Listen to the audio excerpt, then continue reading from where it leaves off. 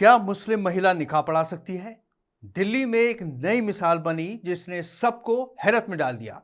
एक जानी मानी हस्ती डॉक्टर सईदा हमीद ने एक कपल का निकाह पढ़ाया। उन्होंने ऐसा करके ये साबित कर दिया है कि इस्लाम में औरतों के कितने हुकूक हैं। कुछ मुसलमानों में ये सोच है कि मुस्लिम औरतों का दर्जा मर्दों से कमतर है, जो कि गलत है। आदाब, मैं हूं आतिर खान। देश और दुनिया की बड़ी खबरें लेकर हम हाजिर हैं। आइए सुनते हैं हेडलाइंस। डॉक्टर सईदा हमीद ने निकाह पढ़ाकर कायम की मिसाल। इस्लाम में औरतें पढ़ा सकती हैं निकाह। समाजी तब्दीलियों से पैदा हुई गलतफहमियां। ऐसी कोशिशों की हौसला अफजाई की है जरूरत। मदरसों के छात्रों ने गुरुकुल में गुजारे 3 दिन।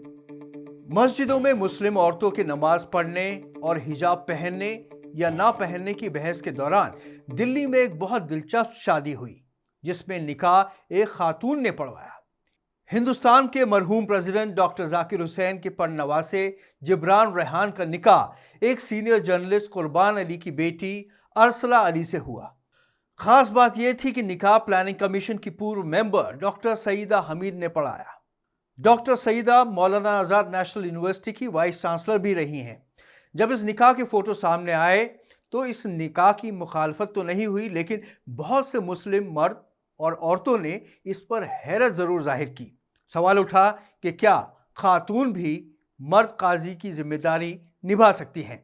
इससे पहले भी कभी कभी औरतों के जरिए निकाह पढ़ाने की खबरें मीडिया में आती रही हैं, लेकिन मुल्क की राजधानी में एक बड़े खानदान की शादी में निकाह पढ़ाने वाली डॉक्टर सईदा हमीद कहते हैं कि हम पर फर्ज है कि हम इस्लाम पर औरतों के खिलाफ होने का इल्ज़ाम गलत साबित करें। खास बात यह है कि उन्होंने इस निकाह को बाकायदा अंजाम दिया है। इस्लाम में निकाह एक समझौता यानी कॉन्ट्रैक्ट है। इस समझौते पर इस्लामी तरीके से अमल करने की ज़रूरत को अहमियत दी गई है। अल्लाह के रसूल ने भी निकाह पढ़ाए हैं और इसके बाद मर्द ही इस जिम्मेदारी को अदा करते रहे, लेकिन कभी भी औरतों को निकाह पढ़ाने के लिए मना नहीं किया गया। इस्लाम के माहिर डॉक्टर रजीउल इस्लाम नदवी का इस बारे में कहना है कि इस्लाम में हुक्म दिया गया है कि निकाह का ऐलान किया जाए, इसलिए इस मौके पर रिश्तेदारों को जमा किया जाता है। उनमें मर्द और औरतें भी शामिल होती हैं, लेकिन औरतें आमतौर पर अलहदा बैठती हैं। लड़का और लड़की दोनों में एक दूसरे को अपनाने की रजामंदी ली जाती है और इसके लिए लड़की और लड़का दोनों तरफ से गवाह होते हैं। सन 1982 में B.R. चोपड़ा ने मशहूर फिल्म निकाह बनाई थी। फिल्म निकाह के गाने काफ़ी मशहूर हुए थे। फिजा भी है जवा जवा। इस फिल्म में मुख्य किरदार पाकिस्तान की मशहूर अभिनेत्री सलमा आगा ने निभाया और फिल्म में राज बब्बर और दीपक प्राशर ने भी भूमिका की थी। इस फिल्म में मुस्लिम महिलाओं की व्यथा को दर्शाया गया था। इन 40 सालों में लोगों के सोच में काफ़ी बदलाव आया है, लेकिन माशरे के जहन में मुस्लिम महिलाओं को लेकर अब भी बदलाव लाने की ज़रूरत है। कश्मीर के मुफ्ती आज़म नसीरुल इस्लाम का कहना है कि बालिग लड़के और लड़की के दरमियान एक दूसरे को कबूल करने का नाम ही निकाह है।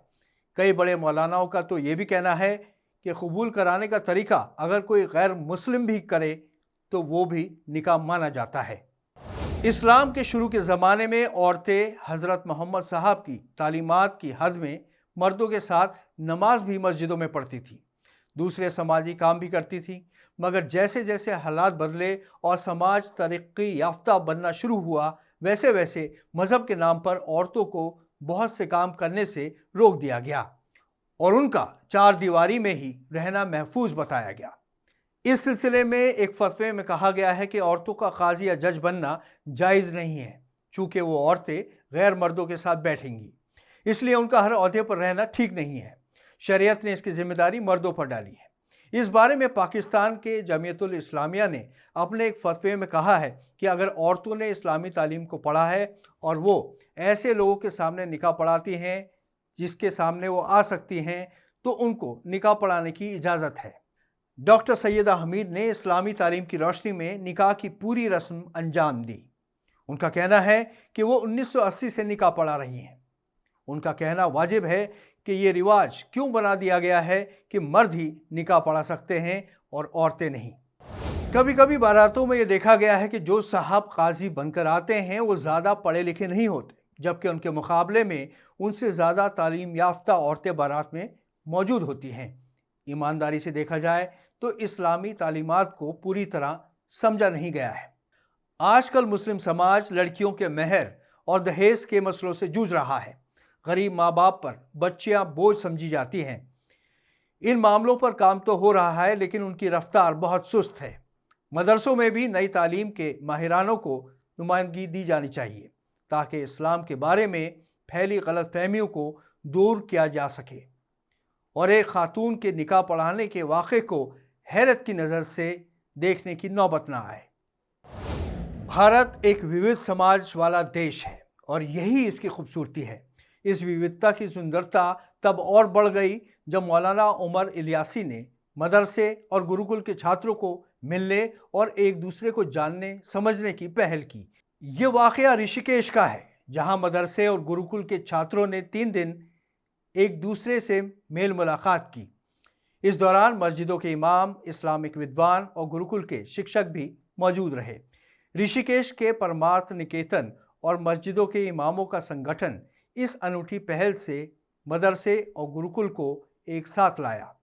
मौलाना उमर अहमद इलियासी ने कहा कि परमार्थ निकेतन के अध्यक्ष और आध्यात्मिक गुरु स्वामी चिदानंद के साथ इस संवाद को बढ़ाने की कोशिशों पर लंबे समय से बातचीत चल रही थी।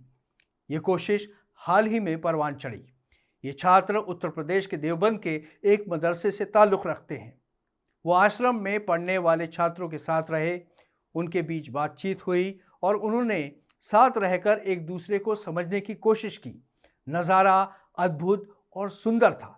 3 दिनों में ही दोनों पक्ष इतने करीब आ गए कि जब मदरसे के छात्र जाने लगे तो दोनों पक्षों के छात्रों की आंखों में आंसू झलक पड़े। मौलाना इलियासी ने कहा कि अब परमार्थ निकेतन के 100 छात्र जून महीने में 3 दिन के लिए देवबंद मदरसे में रहने की तैयारी कर रहे हैं।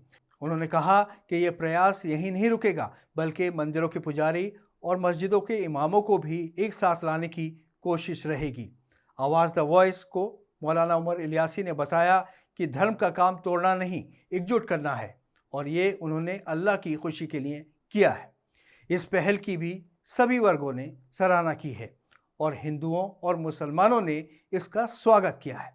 ये मुलाकात भारत के लिए खूबसूरत संदेश है, जिसकी आजकल अलगाववाद के ज़माने में बहुत ज़रूरत है। इस हफ्ते इतना ही। अगले हफ्ते फिर हाजिर होंगे नई खबरों के साथ। आदाब।